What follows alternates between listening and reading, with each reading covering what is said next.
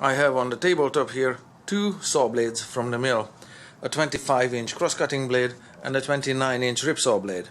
In this video I'll explain the differences between cross-cutting and ripping teeth configurations in terms of design and in terms of geometry.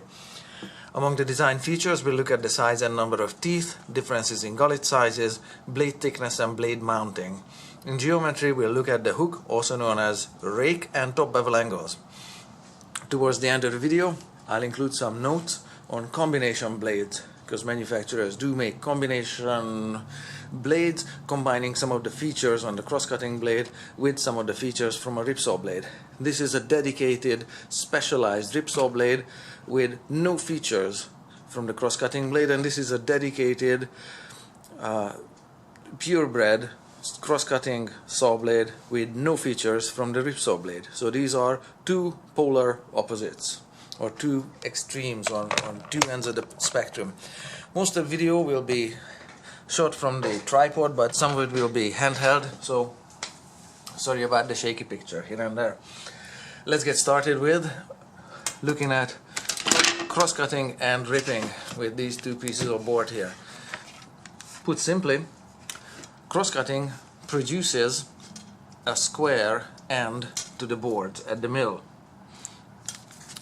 Cross-cutting involves severing wood fiber across the grain. This is the direction of the grain, this is how the grain runs, so that's cross-cutting.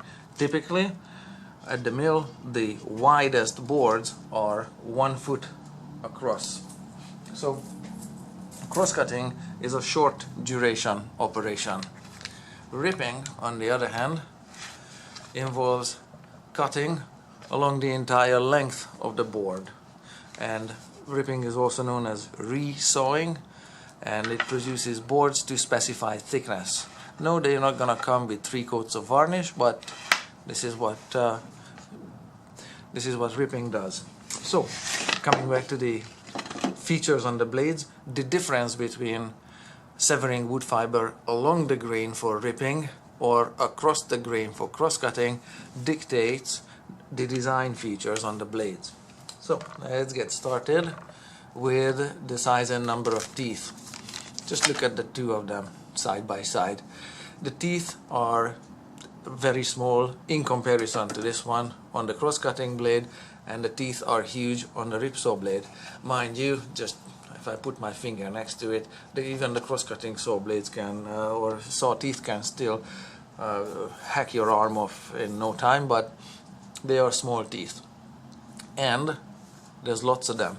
Whereas with the ripsaw blades, there are far fewer teeth. In fact, on the ripsaw blade, I have exactly 38 teeth on the entire saw blade, and on the cross-cutting blade, I have exactly counted 120 teeth. So the question arises, why would manufacturers decide to make this one with small teeth plenty and this one with large teeth and fewer? I'll tell you why.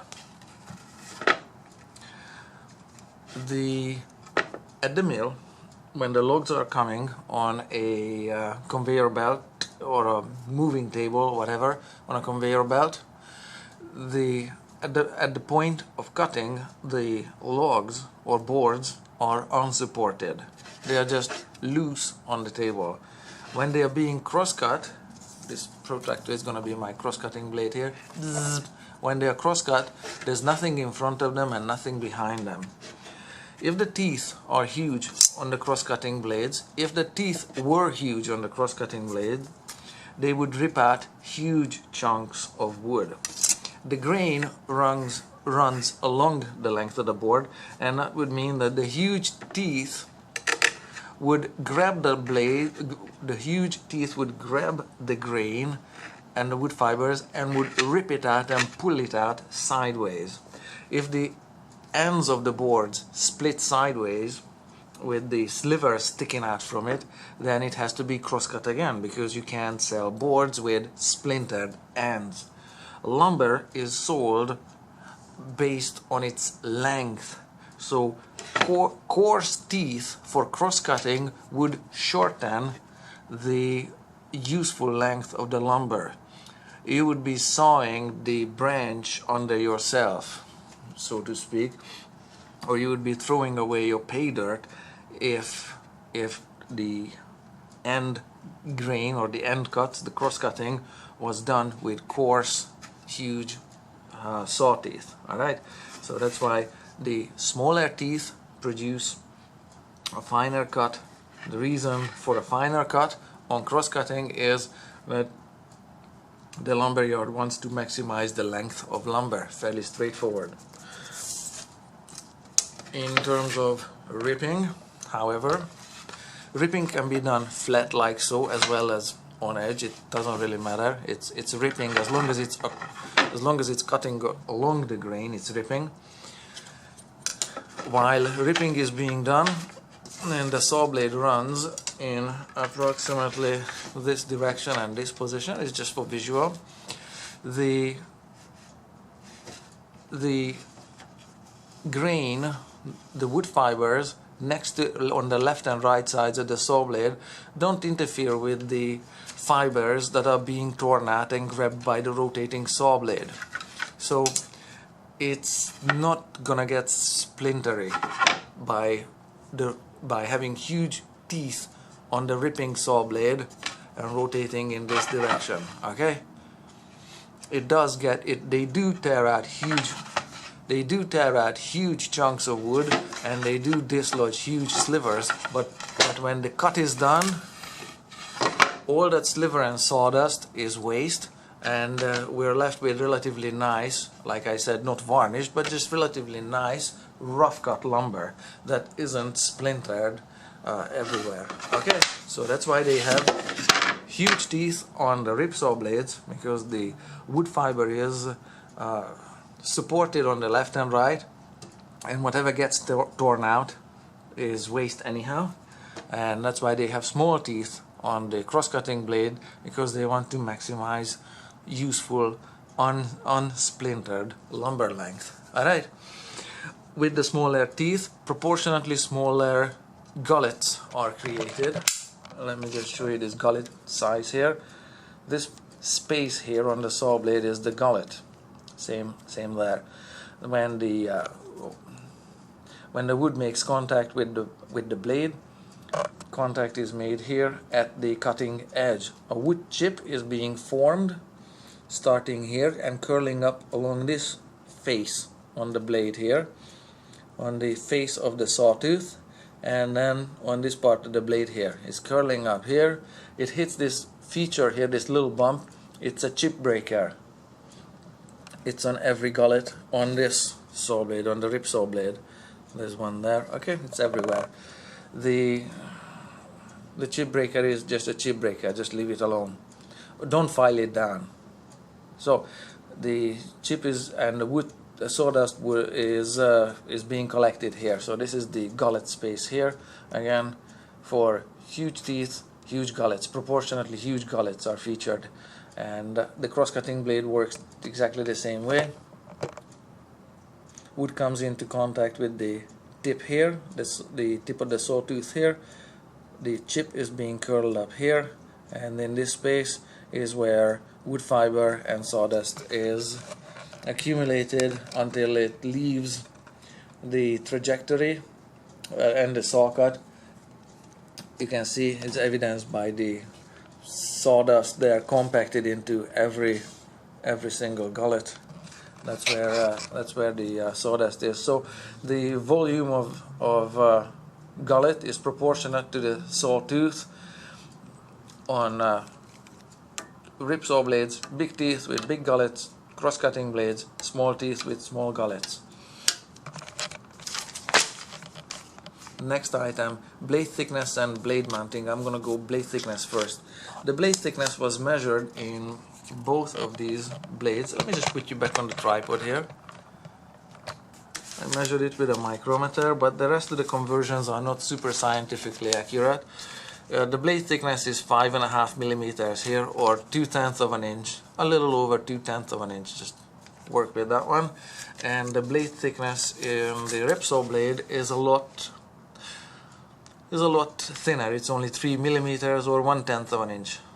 We can go with half as thick. And likewise, the ripsaw blade is lighter, not a lot lighter because it's a bigger diameter, so it's 19 pounds versus 21 pounds, or 8.5 kilos versus 9 kilos, or 9.23, whatever decimals. It's not an accurate scientific conversion there, okay, but just go with these numbers.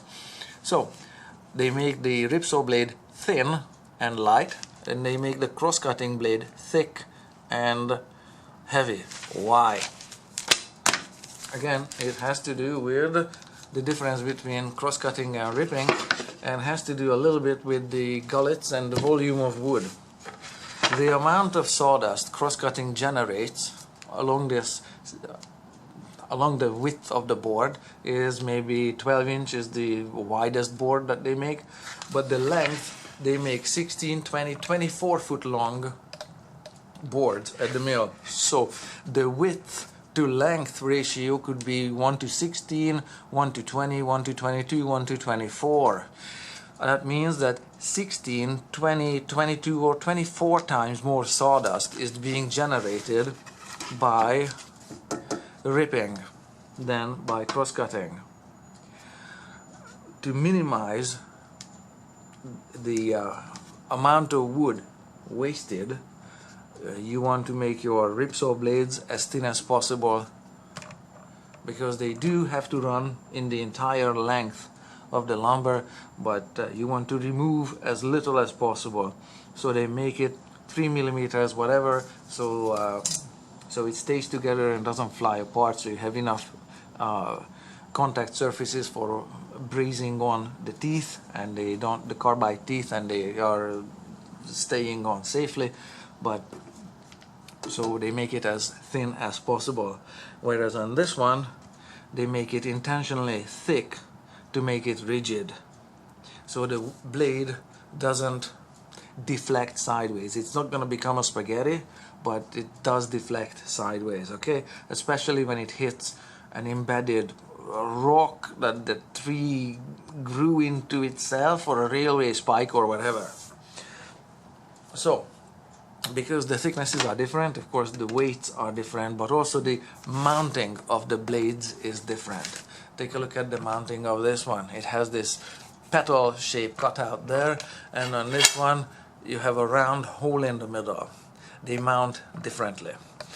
They want to make these blades not only thicker and more rigid, but they also have a big stiffener plate that they mount with. A round arbor shaft is coming out here from the motor that's powering this, and then you put the stiffener plate on this, and the threaded part of the arbor gets the nut, it gets tightened down, exerts pressure on the stiffener plate, and the force that's holding the blade motionless on the arbor shaft relative to the arbor shaft, so the blade is not spinning on the arbor shaft, but turns with it, okay?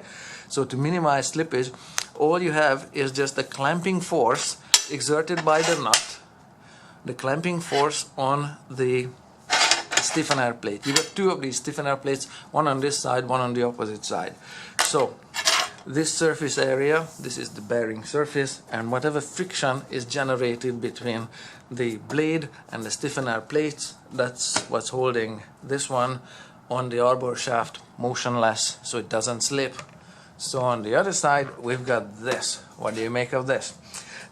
You can also see there's another circle around it. This one also has a stiffener plate, but in contrast with the cross-cutting blade, where the stiffener plate was to generate clamping force for mounting as well as stiffening the blade, this stiffener plate is actually only stiffening the plate, the saw blade material, because mounting is done with onto a splined shaft. Okay, this is how splined shafts look like. This one is heavy, is straight out of a 16-wheeler tractor trailer. Okay, of course the one that mounts the saw blade is, I don't know, 6 to 8 times bigger than this, and even heavier.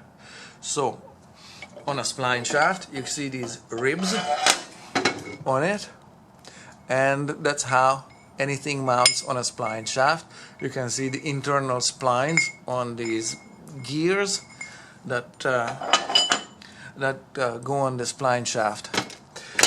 The reason for a spline shaft on a ripsaw blade is that this mechanical connection to a spline shaft provides a mechanical connection that doesn't have any slip in it. Why would we be concerned about slippage? This one can slip and nobody cares, or could slip on the day because it's only friction held by the torque exerted by the nut. But this one isn't friction held, this one is an actual engagement that doesn't move. So why would we be concerned about slip here and no slip there? It has to do again with ripping and cross-cutting. Cross-cutting, this maximum of 1 foot or length, it's width, but it's a 1 foot long cut, it's done fast. Ripping along 16 feet, 20 feet, 24 feet takes time. In a mill, we don't have time. In a mill, we want to maximize production, and for that, we want a blade mounting that doesn't allow slipping, because if this blade was to slip 5%, 10%, 1%, that means that's 1% of the time wasted, 5% of the time wasted, or 10% of the time wasted. Not happening. So that's why this one is spline shaft mounted. Now it's unlikely that you get this kind of mounting on your 12-inch compound miter saw blade, or your radial arm saw blade, or your 10-inch table saw blade, because that's not happening either. But on industrial terms and in terms of blade design considerations, this is happening, this is for real, and this is why slippage. Alright, we made it through the design factors. Let's look at some geometry features real fast here. Hook, also known as rake angle, is visible from above here. I highlighted it. I have another video on how this one is generated, or what this means. Please watch the explanation on the other video. This one, as I have drawn it out to the tip of the saw blade standard procedure. Come on in closer a little bit. There we go. Now you have a better view. Is with this standard kiddie protractor from the standard school supply there. It's about 12-13 degrees. It's not an aggressive hook angle. It's a mild hook angle. On the other hand, this one on the ripsaw blade is a super aggressive 25-degree hook angle, measured exactly the same way. There, 25 degrees. There we have it. Okay, why do we have an aggressive tooth here? This 25-degree hook angle essentially feeds the blade into the material. It has so much grip that it's ripping out massive amounts of wood from the board. So this one, the cross-cutting blade, is gripping a lot less. Why? Again, we are back to severing wood fiber across the grain and along the grain. If the hook angle is aggressive for cross-cutting, the ends of the boards will splinter. You can't sell boards with split ends. Okay? So to maximize useful length for maximizing sales, they put on a hook angle that's not too aggressive to minimize fiber tear out. Whereas for ripping, oh, it doesn't matter, just go through it. 25 degrees it is. If it was 30, probably it would be even better. I don't know, I'm just doing the math on this one. So the angle and how much it grips also has to do with the mounting, the arbor shaft size and the horsepower of the saw. So you can't just change it to 30 or 35 without making other changes. Okay. The last feature is the top bevel angle. The top bevel angle is visible sideways, so I'm going to take you off the tripod again. And the top bevel angle is thereabouts. You can see that the top bevel angle on the crosscut blade is alternating left right left right. Here the high point is towards my finger. On this one the high point is towards the table. On the next one it's up towards my finger. Next one is down towards the table. Okay, ATB, alternating top bevel. On this one, on the ripsaw blade, you have flat tops everywhere with no bevel whatsoever. None. Flat top there, flat top there, flat top on the next one. Okay, these are also called Raker Teeth in some literature or some terminology. Okay, why do we have Raker Teeth here and why do we have alternating top bevel here? Again, that has to do with fiber tear out. On this blade, the cut is made with only the point of the sawtooth, very carefully, and it's only the top of the saw blade there, or the tip of the saw blade is just scoring the surface of the wood first before other teeth, the following teeth sink into the wood and remove the actual fibers. Okay, so this one is scoring before fiber removal, and this one is just tear it out and have no mercy on it.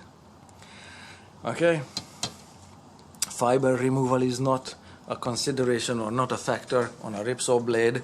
Time is, because again, ripping could take 16, 20, 24 times longer than cross-cutting. Actually, resawing on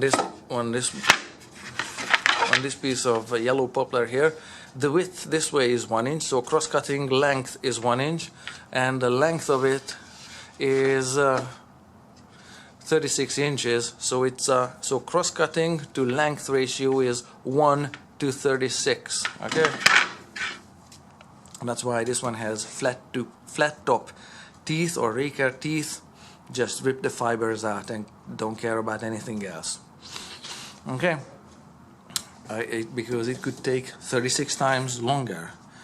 So combination blades, lastly, really briefly. So manufacturers just decide, kind of somewhat randomly, to mix some of these features with some of these features, and they might have a mix of 50-50 of the features, or 60-40, or 70-30. So a 70-30 would be a crosscut biased blade, or a 60% here and 40% here would be a rip function biased blade, and they would just randomly would make tooth sizes that are a little bigger than cross-cutting but a little smaller than ripping. They would put a hook angle on it that's a little more than 10-15 degrees but a little less than 25, say 18-20 degrees, something like that. They would make it somewhere in between. They would have not the number of teeth on it that's not 120 or not 38, that's somewhere in between the two. The blade would have a thickness, of course, that's not too thin, not too thick, whatever, somewhere in between the two again. And the tooth design or tooth pattern on a combination blade would be quite possibly alternating bevel, left bevel, right bevel, raker, raker, left bevel, right bevel, raker, raker. Or it could be left bevel, right bevel, just one flat tooth, left bevel, right bevel, one with flat tooth.